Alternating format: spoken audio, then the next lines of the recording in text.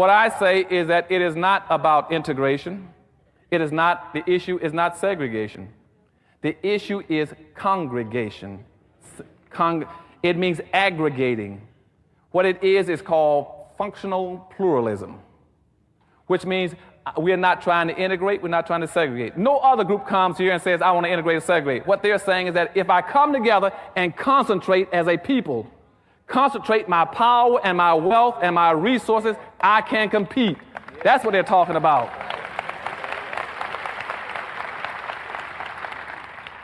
And please, since I love all of you all and I'm going to move here with you, don't let them trick you all anymore with them upside down glasses. They used to ask me that during integration about Dr. Anderson. Now, hold it. Now, you at the governor's office in Florida, you represent the whole state in education. Now, what do you want during integration? Do you want, you got Malcolm X talking about segregation, you got Martin Luther King talking about integration. Why don't you all make up your mind, which do you want? I said, I don't want either one. I want the same rights and privileges that everybody else got to go to either one of the sticks. Don't try to put me on one end of the stick. What I want more than anything else is to bring my people together and say, get all the power and the wealth together like everybody else. And that way, they'll quit trying to give us, try to define us. You see, every Asian, for instance, when he leaves his homeland, he comes to America. He looks in the mirror and says, I'm going to America. And when I get to America, I'm going to find me a community of people that either look like me or I'm going to build me a community of people that look like me, that have my values, my culture, and my language. Nobody asked him about integration or segregation. When Hispanics come to this country, they would say, I'm going in, I'm going to build me a community of people that look like me or sound like me. And like the Asians who set up little Havanas, who set up little Cambodias, little Vietnam, Chinatowns in every city. The Hispanics come in, they'll build little Mexicos, little Havanas, little Hialeahs. I can go across America and find German towns, French towns, Greek towns, Polish towns, but I can't find a black town.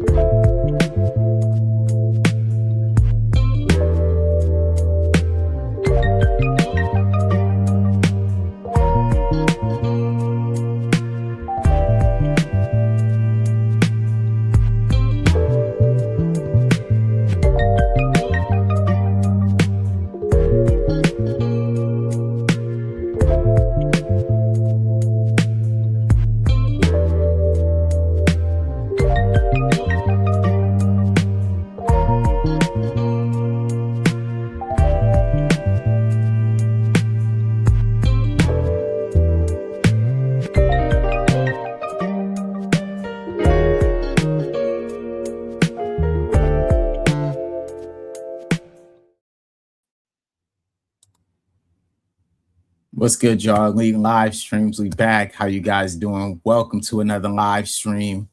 We did it again. You know what I'm saying? Y'all know we cooked up yesterday, so you know I had to bring it back for another one. Salute my boy Randall. What up, player? How you been, man? Ain't seen you in a minute. Hope you've been well, bro. Salute to Ezra. How you doing, Ezra? Thank you for always pulling up. But yeah, today what we talking about? So yesterday we were kind of talking about Black economics, right? When it comes to what was happening with the boycotts for the Asian businesses, right? And I was doing a little bit of, deep diving. I wanted to kind of stay on that topic, but I wanted to do more of an intricate deep dive where we could kind of look at the numbers. We could do some real wealth understanding and actually see how much and how powerful this wealth transfer will be once we start to take our money out of the hands of other peoples and we put it back into the Black community, right? Why I put wealth transfer is because that's exactly what can happen if this is done properly, right? If we are able to properly put businesses in position, especially foundational Black American businesses, and we start to prioritize our money into those, different entities, we actually can make a huge wealth transfer in the neighborhood of around $2 trillion, guys. This is something that could really happen if we do it correctly. And so I want to talk about that. Obviously, I have one of my biggest inspirations, Dr. Claude Anderson, who speaks on group economics, and he's talked about Black economics and the powernomics that are necessary for us as a community to be able to turn into a superpower among the minorities that we already have to face, right? So we're going to talk about that tonight. So salute Randall. He says, been on TikTok arguing with Pink Toes about the Carmelo Anthony case. Yeah, man. They've been over here harassing us, and we've been whooping what, all up and down these YouTube streets. So you already know what that is, man. You know how that goes. But also, we was talking about this, where we had the Rick Choi, and you know what I'm saying? This was one of the bigger stories that we were talking about here as well. And that's kind of what has sparked what we're going through right now, which is the Asian boycott of Asian businesses, right? That's kind of what's happening right now, right? And we've been talking about this, where Carmack Belton was caught basically in a very uncomfortable position where he's being harassed and followed around the store. They think he steals a water. He says no. He leaves. As he's running, they chase him out of the store. They pow him in his back, and then obviously he succumbs to his pow wounds, we'll say, right?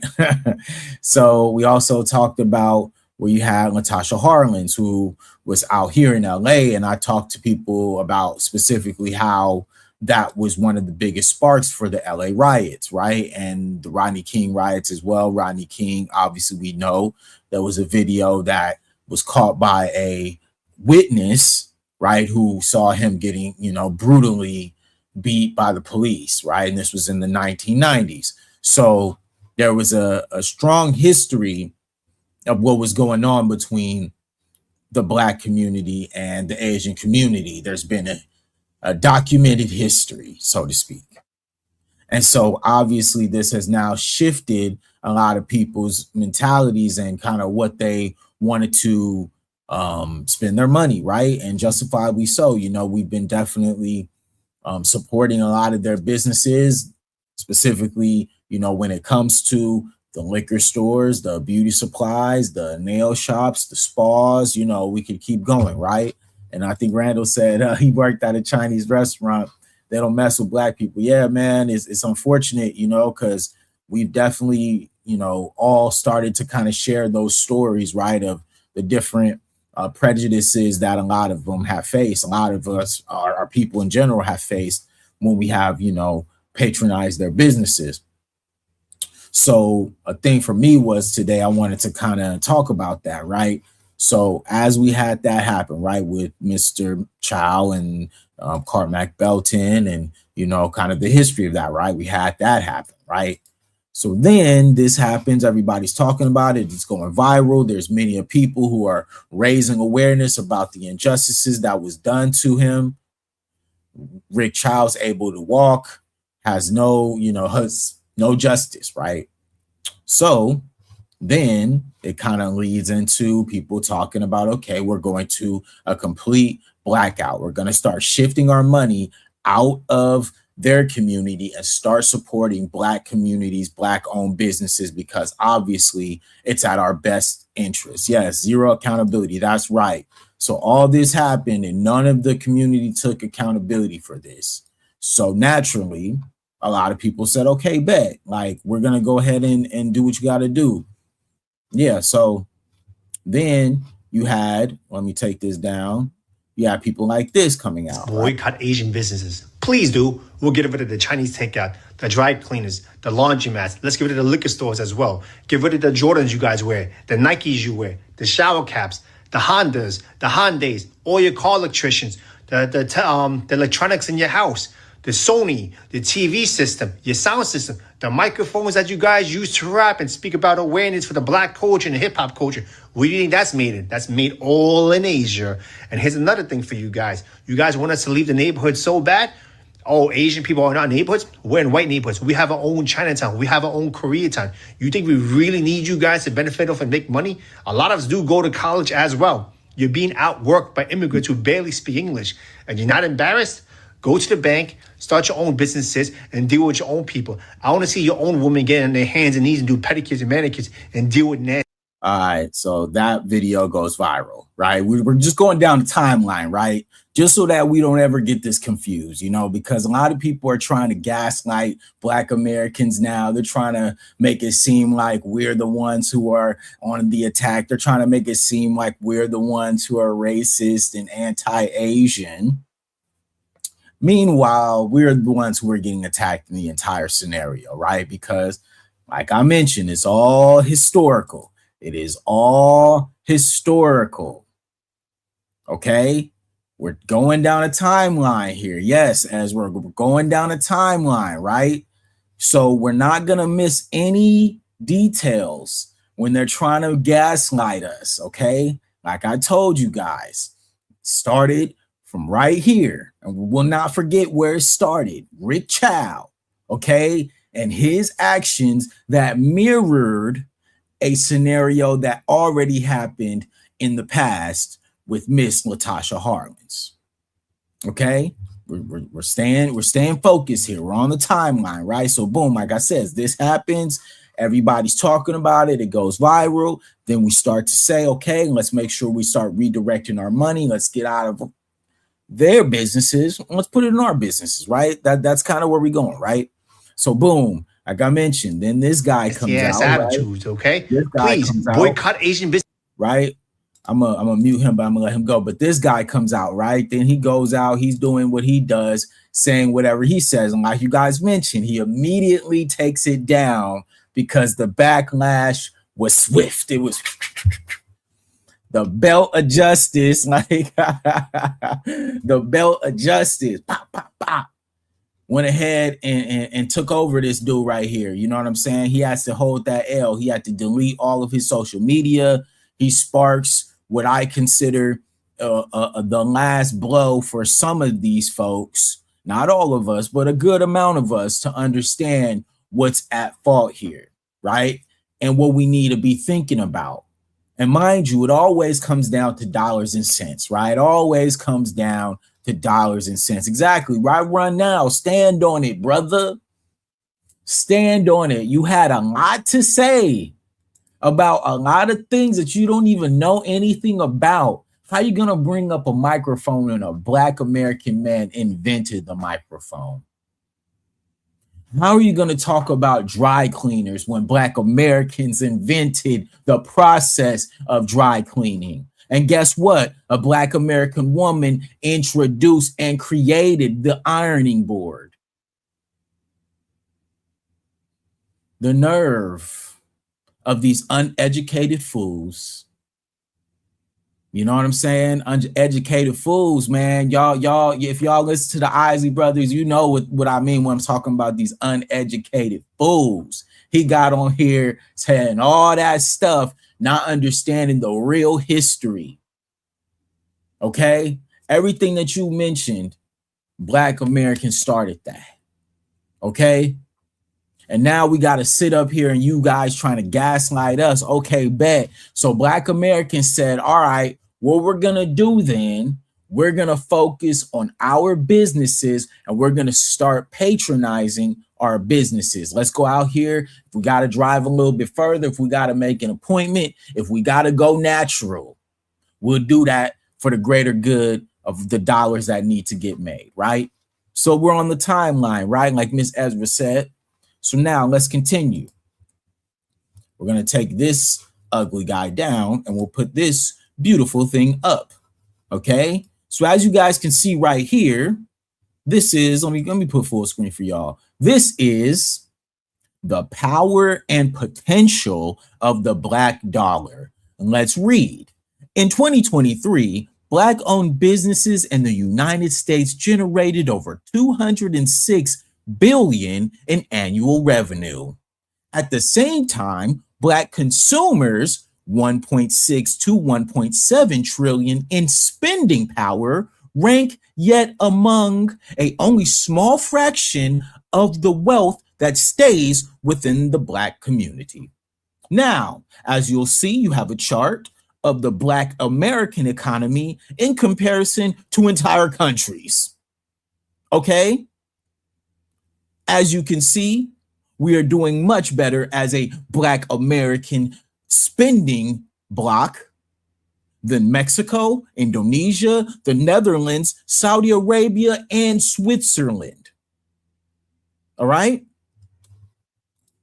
So when they tell you about the Black dollar, when they tell you about the spending power that you possess, and the fact that if we collectively choose to say we don't want to partake in your business practices, we will take our business elsewhere, that immediately sets a permeation or an estimate of at least $1.6 trillion. I showed it for you guys right there. It's right there. All right. In estimation. All right. So imagine that much revenue being shifted, right? And that's why I had to make sure we talked about the wealth transfer aspect, the wealth transfer that will happen once we start to take that $1.7 trillion and we invest it back into our community. Salute, Torian. Appreciate you pulling up. Now, as I mentioned, right, we had the chart. We're on the timeline. We're talking about how the Asian community is trying to gaslight us into thinking that we were on the attack when we must not forget the history. Okay? That's what we must not forget, because there is a timeline here. This was not just an overnight, hey man, we woke up today and we just wanted to put Asian businesses out of business. No. This is a calculated power move to be able to access and grow that Black American dollar, right? This is all this is about. This is about power moves. This is about an objective plan to make a shift of wealth of around a $1.7 billion tag back into the community, right? And so we're talking about that, right? Because obviously, yes, we could talk about how many people have come out and, you know, said a lot of disparaging things because Black Americans have choose to be strategic in how we spend our dollars and where we spend our dollars. And specifically the fact that we are also speaking about the injustices that were committed against these young people who lost their lives for nothing. Okay. These young people right here. All right. They lost their lives because of shop owners' own prejudices and a sick mindset. Okay. An anti-Black mindset that a lot of these people come over here with. And it's very unfortunate because we try our best to support their businesses. We try our best to patronize their businesses. But at the end of the day, what you're not going to do is disrespect us. And what you're not going to do is to continue to target the youth, okay, who are just doing what they got to do, man. The brother wanted to get some water, all right? So now, as we're talking about that $1.7 trillion, right, that's in our community, let's talk about what that is. What does that look like, all right? So let's try and see if we get this full screen, right? So we got right here the power of the Black dollars, the categories where the percentage of Black spending is greater in proportion to the population. Okay. So as you guys can see here, they have a breakdown categorized of the exact itemizations of traditionally what our Black dollars are going to. And as I mentioned yesterday on stream, as you see at the very top, almost at a spending rate of $54 million you have ethnic hair and beauty aids, right? Which they're saying is at the percentage, which is 85.65 percentage of the total spends that's attributed to the Black consumers. That's a huge chunk of money that is going to beauty supplies and to the hair industry in the Black American community. That's just facts. That's broken down right there for you guys to see it. I won't be having any more bourbon chicken or lo mein. Yeah, man, you can make it yourself, bro. You know what I'm saying? There's plenty of YouTube videos where you can make it from scratch, dog. You know what I'm saying? Make your own takeout at home. You know what I'm saying? It's much cheaper. It's obviously more healthy. You know what I mean? And you'll know what's going in your food. You know what I'm saying? We already know some of them rumors about them restaurants. All right. That's all I got to say. But just make sure that you know, if you want it, you can make it yourself. You know what I'm saying? So look, we're going to bring back up this list, right? So the itemized list, as you can see, when let me go full screen actually on this. All right, bet. So the second one, right? Second highest spending block is women's fragrances at a clip of 152 million. So I look at this from a business perspective, right? Me having my own business, me being, you know, an entrepreneur myself, right? If I'm a Black business owner, or if I wanted to start a Black owned business, I would look at this itemized list and I would say to myself, okay, what is a business that I can get into that is going to be the most lucrative and stable, but as well, I can implement it from a Black American standpoint. I'm the owner. So you look at this, boom, and there you go. I mean, if you want to own a beauty supply store, I think right now would be a perfect time to do it if you're trying to do that as a Black American. You know what I'm saying? If you are a person who sells oils or body oils or fragrances, obviously, as you can see, that's at the very top of the list for what the major spending block is. You want to do that, you know what I'm saying? Feminine hygiene products, men's toiletries, right? So men's products, men who are, you know what I mean, doing the beard oils, or they're doing, you know, the men's, you know, fragrances, all that good stuff. You know, if you're a Black business owner, get your business out there, man. Reach out to me back, you know what I mean, behind the scenes. I'll promote businesses if y'all got something, you know what I'm saying, something to sell. I'll do a nice little review for you. As you can see, then we're going into like the produce sections of it. So you have frozen meats, you have refrigerated juices and drinks. So if you got a juice business, if you got, you know what I mean? Obviously, you guys know I'm a big proponent of like health and wealth. I'll be juicing all the time. You know what I'm saying? I'll be on my Larry June, you know what I mean? Green juice in the morning type stuff. So I do juices all the time. You know what I mean? I have a lot of videos on my channel where I did some juice fast actually, but it's a great business to get into because obviously, as you guys can see, it's a huge spending block of our community. Then you have, if you're doing spices or seasonings, right? If you're in that business, that's a great business. You know, bottled waters, gum, okay, household cleaners, detergents, cookware, and charcoal barbecue accessories, right? So that's mostly the spending block that we have, right?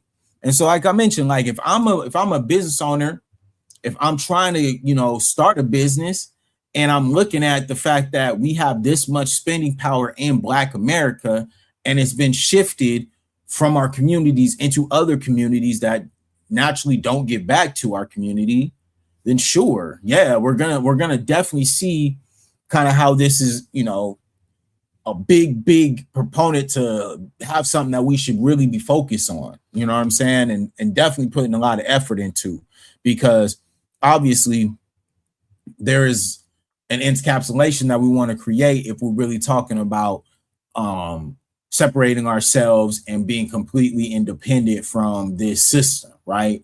And that would mean us making a lot of necessary changes and focusing on building our communities. And that's why that video that I played from Dr. Claude Anderson was just such a good video. You know, I'm gonna play it for y'all right here, but he speaks on that and just how it's about building a community. Integration. It is not, the issue is not segregation. The issue is congregation. It means aggregating. What it is called functional pluralism, which means we're not trying to integrate, we're not trying to segregate. No other group comes here and says, I want to integrate and segregate. What they're saying is that if I come together and concentrate as a people, concentrate my power and my wealth and my resources, I can compete. That's what it is. And that's a part of this is like, that's what a lot of other groups have been able to be, you know, actually like celebrated for, right? Is how they stick together, right? Is okay, yeah, like you got, you know, Mexican families, 8 of them living in a 2-bedroom house, all this other stuff. Yeah, but that house is now getting paid off by all the people who are contributing as one in that little house. You know what I'm saying? Obviously, you know what I mean? A lot of people have a lot of ways they feel about that. But at the end of the day, it's group economics, right? It's all of us putting together as a common goal in the pot to then make sure that we can make moves from here, right?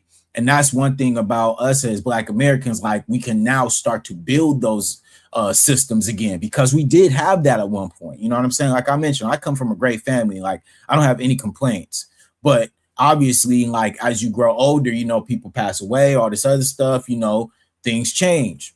But at the end of the day, when I grew up in that core, it was about everybody sticking together, putting together in a pot. Hey, man, if we gonna, you know, have a barbecue, everybody gonna pitch in, right? So it's the same mentality when it comes to businesses. Like if you got a business and you do something that I need, I'm gonna make sure that I market myself and do it the best way that I can so that that money circulates in the community. You feel me? That's what they're talking about.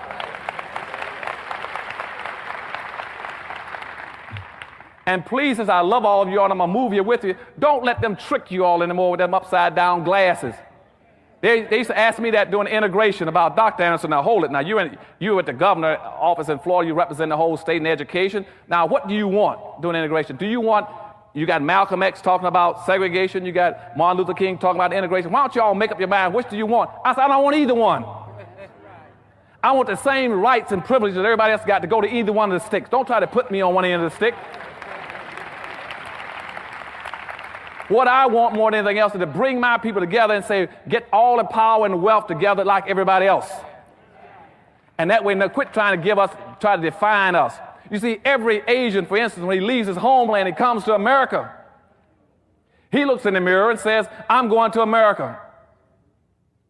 And when I get to America, I'm going to find me a community of people that either look like me, or I'm going to build me a community of people that look like me, that have my values, my culture, and my language. Nobody asked him about integration or segregation. When Hispanics come to this country, they would say, I'm going in, I'm gonna build me a community of people that look like me or sound like me. And like the Asians who set up little Havanas, who set up little Cambodias, little Vietnam, Chinatowns in every city. The Hispanics come in, they'll build little Mexicos, little Havanas, little Hialeahs. I can go across America and find German towns, French towns, Greek towns, Polish towns, but I can't find a black town. And that's it. Like right now, like you mentioned, yeah, it's our time. Like right now is the time for us to be maximizing every single resource. We got to start really building this up where now that money has shifted from their community back into ours, right? Like I mentioned, it's going to be a wealth transfer, a real one, like a real wealth transfer. Like if we're able to have this situation where we can take that money out of these people's hands. I already showed you guys the metrics, over $15 trillion. We could move that back into Black businesses and our community, making sure that we're encapsulating ourselves as a community. There's not going to be anybody that can stop us, man, because that's exactly what it's about. Like you mentioned, like when these people came here, there wasn't no, oh, you have to integrate or you have to, you know, be on segregation. No, they just were there thinking about themselves and their people. Obviously, when we were on a segregated side of things, right, we were the ones thriving while the other side was doing terribly. Okay, this is all facts. The reason why all these, you know, towns were taken down, Black Wall Street, all this stuff is because they hit the Great Depression at a downturn and we were hitting the Great Depression at an upturn. Okay, that's just facts. They got jealous and they did what they did to us. And that's why reparations are due for our ancestors, because this has happened multiple times and it's still happening. And that's why a lot of us are now really just like, hey, man, we done. Like, ain't no coming back. We got to make sure that we rebuild what we lost. And the best way that we can do it is by shifting our power in the dollars that we possess. You know what I'm saying? Without this, you feel me? This is how we make it hurt. This is how we really start to make change. Because before, yes, you know, protesting and, you know, getting out in the streets, yes, there are certain things will call for that. But right now, this is how we compete, okay? With making sure that we shift this money back into our community, we're able to compete not only on just a regular scale, but hey, man, our businesses are thriving. We can employ more people. You can employ more Black Americans, okay? Because obviously, like people are talking about, a lot of people are out of jobs, right? And a lot of people need jobs. And if we have more Black businesses that are able to open up more brick and mortar stores, more places in our community, we can start hiring those kids and those people who are out of work. Then that continues to circulate in the community, right? Because it all works in our favor if we all stick together in this. Randall Salute, he says, I predicted this Black American unity 23 years ago. Glad to see it. Yeah, it's starting to happen, man. We're really starting to stand on business. There's a lot of people who really were upset with what happened to these people right here. They were really upset about that, man. This really was something based as well with the timing of what just happened to Carmelo Anthony. A lot of people are really just seeing things differently. And it's not by, like, even sometimes, like I say, some people seek out this information, but now you can't ignore it anymore. Like, all this stuff is in our face now, and a lot of people have to address it. And so I think with that, having to address it, with not being able to hide from it, we're starting to see more and more people speaking up. We're starting to see more and more people waking up and starting to separate themselves and completely think about things differently, as we should be. Everybody should have been thinking differently for a minute ago, whatever. But like you mentioned, long as they thinking right now, I could take it. I'll take it, bro. Because yeah, same. I've been on this for a minute now, but now that I'm on here, I'm glad to meet like-minded individuals. You know what I'm saying? Build trade schools to teach young men how to work the jobs. Yes, exactly. Obviously, my uncle is a master plumber and a contractor. He did that for most of his life. He was a union worker. He helped build SoFi Stadium's plumbing systems. He was one of the designers for that. You know what I mean? He's a very heavy hitter out here when it comes to the plumbing community. And I tell people all the time, he lived a great life. I mean, when I tell you a millionaire as a plumber, they wouldn't even believe me. But I could show them that. I could show them their house. I could show them the pool. I could show them the multiple cars out front. I could show them the entire garage full of, man, let me stop. But all I got to say is, yeah, them trades going to get you the money that you're looking for. And obviously right now, we need more youth in the trades. You know what I'm saying? Because, you know, everybody can't be a streamer. Everybody can't be, you know, a content creator. You know what I'm saying? We're going to need people who are going to be able to work these jobs and do what's necessary. You know what I'm saying? Where does accountability come in the equation?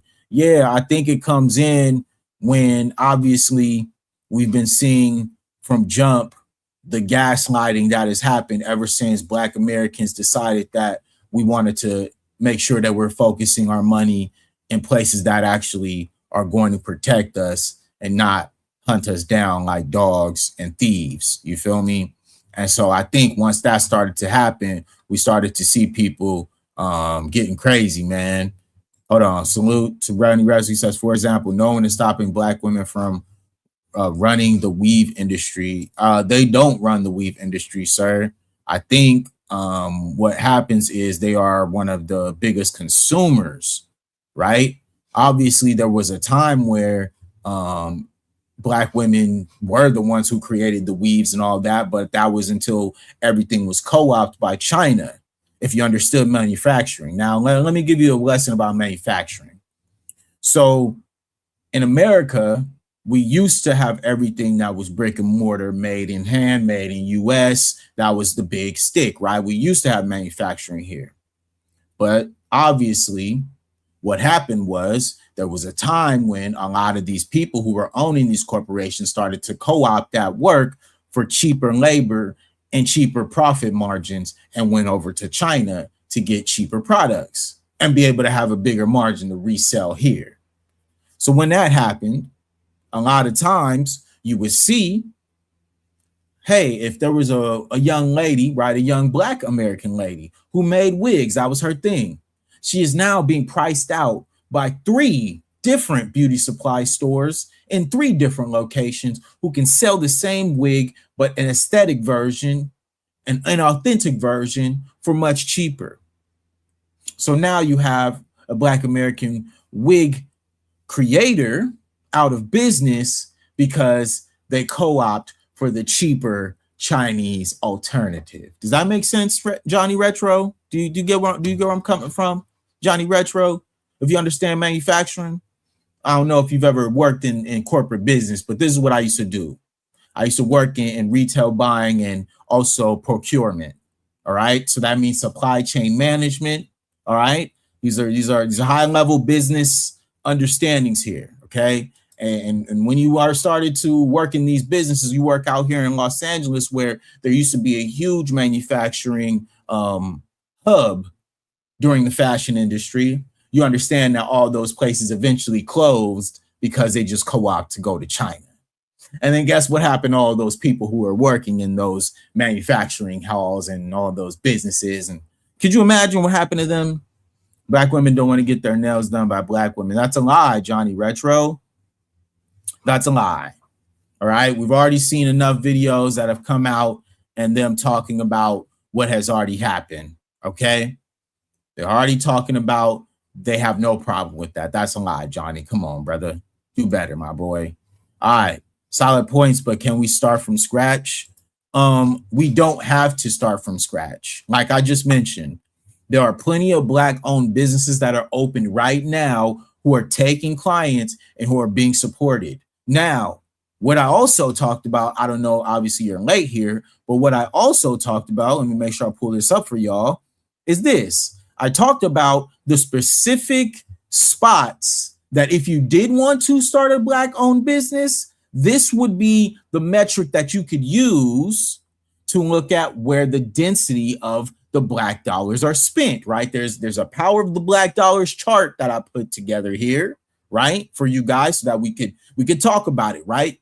So Johnny, as you can see here, if you were starting from scratch, quote unquote, you would have actually some logistical metrics to show exactly what the top industries and what Black Americans are spending their money on the most.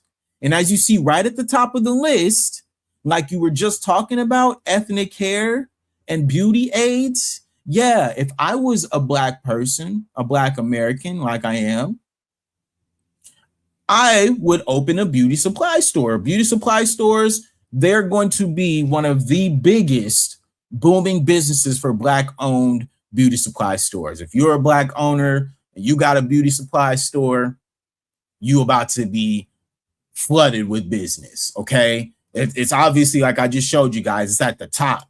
One of the top most gross spending for Black American dollars is hair and beauty aids, okay? So that's off top. Like I mentioned, like this is why we try to break it down over here, Johnny. I hope you're keeping up. When we over here, we break it down to the nitty gritty. We getting down to the real numbers here, right?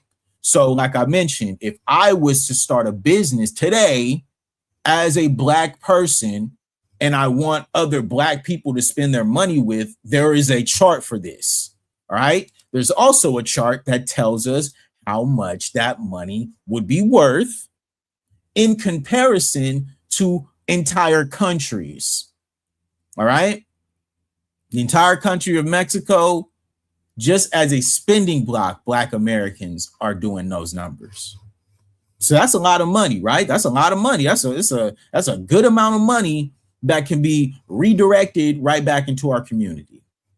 Okay, we doing better than Saudi Arabia, and they got oil. Okay, so if we're talking about the spending power of what Black Americans can do, and if you're trying to start a business as a Black American, okay, you got plenty of ways to do it. So why does it leave the community? Okay, great question. It leaves the community when a lot of these business grants that could be given to Black American business owners is co-opted and given to immigrants. This is facts, okay? We already know this. The subsidies that are given to them and opposed to what we qualify for, there is no comparison, okay? You have to always understand that white supremacy plays a part in this systemic play when it comes to Black Americans opening businesses in proximity to one another, okay? Specifically, that's what's going on, all right? We've already talked about redlining here. We've already talked about how Jim Crow literally tanked Black businesses, how integration tanked Black businesses, how the KKK burned and destroyed Black businesses. All right? There's a very, very systemic history that we cannot gloss over when it comes back to why does it leave the community? It leaves the community because they have strategically made it almost impossible for us to be able to service one another in our own communities, because they've made it easier for other groups to come in and do it with a much, much higher margin to make money. Okay, this is all about margins here, guys, and that's why I always talk about this. We always talk about this. You guys who patronize my channel, you guys are intelligent individuals. So we're always going to make sure that we open our minds up and talk about it from a real perspective. All right. But here's the issue, though, which goes back to accountability. All right. Keep going, Johnny. Let's see what you got to say here, man. You know, because I'm already breaking it down for you. I broke it down in so many different ways, and that's all I can really do.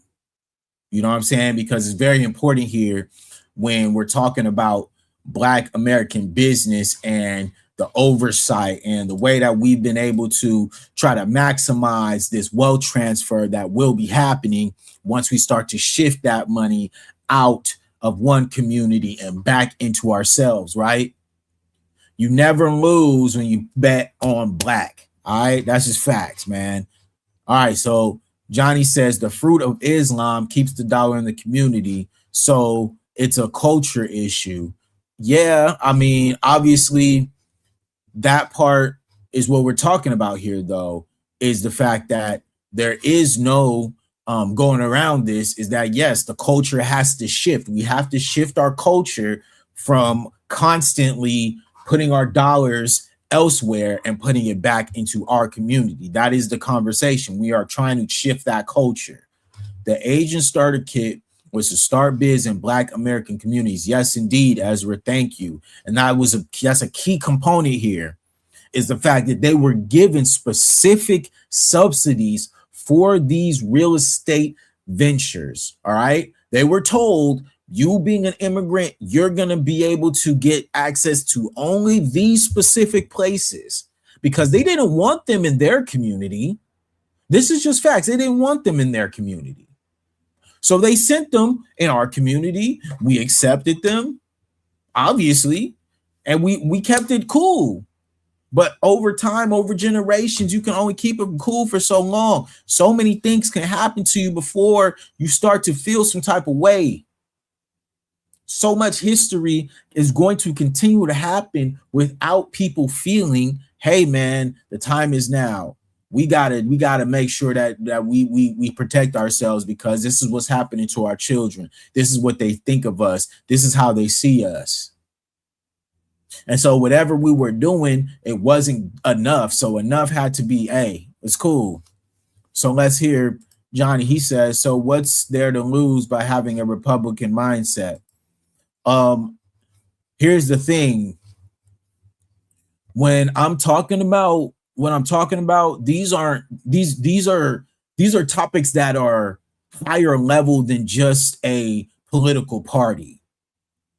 Johnny, you gotta get, we're bigger than that. We're above that over here. We're above the Republican, Democrat, independent stuff. We ain't even talking about that. This is culturally stuff right here. All right. Just morally, what foundational Black Americans are doing right now and prioritizing their dollars, that has nothing to do with being a Republican. That just has everything to do with us investing in ourselves and our communities, something that we should have been doing a very long time ago. So when I'm talking about, a certain ideology that we have, it ain't just about, a Republican, a Democrat, a conservative, or a liberal. This is higher than that, bro. This is about like being like for real, like thinking in your mind about what's real and what's right and what's wrong. And when we looked at this, like this was wrong what happened to Carmack Belton. You know what I'm saying? Salute to John. He says, gotcha. But at the micro level, immigrants getting dollars is a Democrat move. Yeah, but let's keep it a buck. They was getting dollars when it was Republicans too, man. Don't get it twisted. Don't act like just because ICE is out here, there ain't still people who are immigrants making money right now, bro. I still see these construction sites. You can't tell me that all of them got papers, bro. Come on, man. I see these warehouses, bro. You know what I'm talking about. Don't, you know what I'm saying? Let's not do that. Because we already know, man, Republicans, bro, they all over here, one bird, two wings, brother.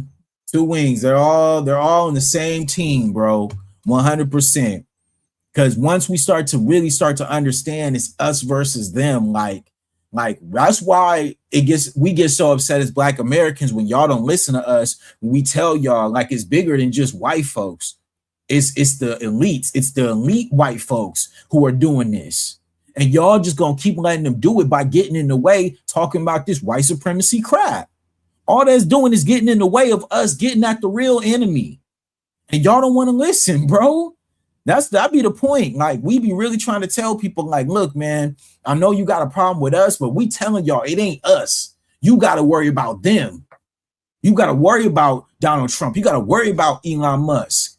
You got to worry about Peter Thiel. But they don't want to talk about them people, bro. They don't want to talk about Prince Andrew, right? They don't want to talk about Epstein, dog, but they want to talk about, oh, what happened to Carmelo, dog? What happened to Trump? What's up with the files? Y'all see that though? Y'all don't know what we talking about, man. I'm telling you, bro, we be high level over here, and it could be two people in here. I don't care. Do you feel we put too much pressure on athletes for use of their capital? I mean, I think that obviously it's all a distraction. Like I mentioned, we go deep over here. We don't just do surface level. All this sports, entertainment, it's all distractions, bro. It's all distractions from what we supposed to be really focused on, dog. I love sports. Yeah, sure. You know what I mean? Yeah, we put pressure on athletes, no doubt. But we're the ones who paying them because we keep watching and we keep supporting it. So until we make sports like a hobby, like everything else, this is the dichotomy we'll always be in, and we'll always be stuck. I'm telling you, nothing will change when they know that they could just put on a basketball game or put on a UFC fight and everybody just distracted again. Nobody cares. Everybody's like, yeah, go team. Meanwhile, you feel me? Watching millionaires, bro. Watching millionaires, and you can't even pay to get gas in your car. You worried about a millionaire problems. They talking about, oh, who's going to get paid this much next year and all this other crap. Meanwhile, you don't even know how much money you're going to be making next week, man. You don't even know if your job going to fire you next week. But y'all worried about, well, LeBron is the greatest basketball player of all time. Listen, man, like I said, I like sports. You know, I talk about sports on my channel, you know what I mean? Every so often, whatever. But I got kind of tired of it, bro, because it's like low key, like they don't care, dog. Let's keep it real. It's all distractions, man. And once we stop putting sports on pedestals and stops allowing us to distract us, we would actually be better off as a community. We'd be better off as a society. You know what I mean? We'd actually be able to take time and focus on what's really going on. Start to clean up our community, start cleaning up our act, start talking to one another. You know what I mean? Like, this is crazy, man. Yeah, dog. Wait till you hear 40 sports will fall back. Yeah, it's all, you know, whatever, bro. Like, you know, 40, you know, whatever. But it's just, yeah, it's real talk. Like, you see it all the time. People who, you know, they're so obsessed with it. You know what I mean? Even, you know, like I listen to music. I love music, obviously. And, you know, I know of how music is it's transitional. Like, it takes you to another place. Like, music does something for you, right? And, you know, some people see sports that way, right? But at the end of the day, like, it's all distractions. It's all just us trying to, you know, have something to distract us from whatever else we really want to think about or talk about. And, you know, that's why I felt like, you know, obviously today, you know, I knew this wasn't going to be the most popular stream, but this is a very important topic because now it's to talk about, like, where do we go next as a community with our spending dollars, and where are we going to try to focus that energy? Because obviously, yes, we take it away from the Asians, right? Now the main focus should be not only investing it back into our community, but if you do have an idea or you want to open a business, start now. The time is now, because these are going to start hitting. Like, all you people who want to start businesses, who be thinking about starting a business, now is the time. Because right now, we do need more Black businesses in all shades. We need more laundromats. We need more dry cleaners. We need more nail techs. You know what I'm saying? Just because we got a few, shoot, all of y'all. We need more people, more beauticians, right? We need all that stuff. More like my boy Randall was talking about, we need more electricians. We need more people in the trades. Like, we need to start really ramping that up so that we could start focusing that. Who's going to be the first Black American who invests in a hospital? You know what I'm saying? So the topic is wealth transfer. No disrespect, but haven't HBCUs failed us? Shouldn't they be pumping out Black MBAs by the boatload? Or is that point of going? I think there are some, you know, but a lot of, you know, not everybody needs an MBA. Like, they're still pumping out graduates. I know that. People are still getting their degree. I know that. So there's definitely some, you know what I mean? There's something to it. What's up, V? Salute, V. That there's definitely something to it. You know what I mean? I went to a PWI. I get flack, but what HBCUs major in partying first? Yeah, I mean, some do, you know what I'm saying? But I have got a lot of friends who've gone to HBCUs and they've done great for themselves, and they're doing great in business, and they're doing what they got to do. You know what I'm saying? Obviously, I went to a Cal State, so that's kind of my thing, obviously, but I went to a Cal State, but I wanted to go to HBCU. I got recruited by a lot of HBCUs. Just didn't go, but yeah, I wouldn't have minded. That's for sure. And I think, you know, just when it comes to, like I was saying, the wealth transfer, that is in direct correlation to this metric right here, which is, like, I'm keep bringing this up, but this is just the spending power that we possess as an entire spending block. And so once we can shift that money out of one community and back into our own, that only makes us better off. That only makes everything else look better. That only starts to grow our businesses and our outlook, you know, and it's a beautiful thing because I definitely see the potential. And like I mentioned, like, if you are a person who has an idea, or you want to start a business, or you're thinking about it, the time is now, my friend. Seize the day. You know what I mean? Because this is where a lot of people are going to start searching out Black businesses to do business with. And if you got one, man, you need to get out there. You need to start doing content, start making cards, whatever you got to do to put it out there in the forefront so that you can be found. All right. Obviously, like, for me, you know, I do my thing. I have my own business and all that good stuff. But also, you know, clear I do content, and I do my little thing over here, you know, and we have fun with that. You know what I'm saying? So I'm my own black business. You feel me? But yeah, that's all we got for today. This was gonna be a short stream because I already knew that we was gonna talk more numbers today than we was gonna talk like a reaction. But maybe, you know, I might be back. Today's Tuesday, so I might be back Thursday or Friday. I'll let you guys know.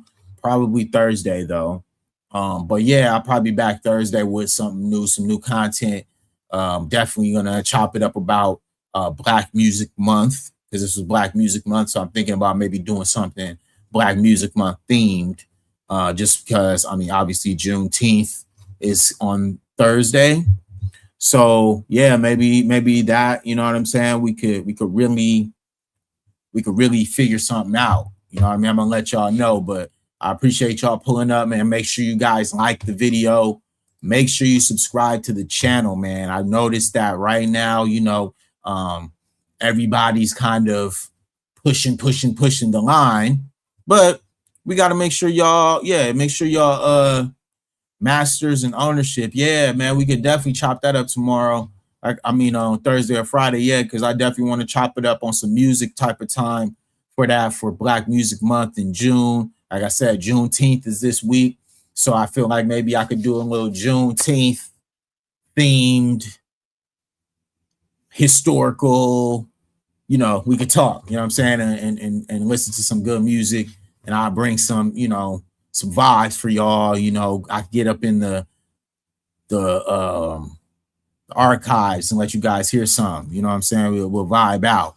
But yeah, make sure, like I said, subscribe to the channel if you haven't already. Make sure you like the video, make sure you hype the video, and if you would like to continue to support us, man, because we growing right now, man. We're trying to get to 1,500 subs, so help us get there. Peace, y'all. I'm out.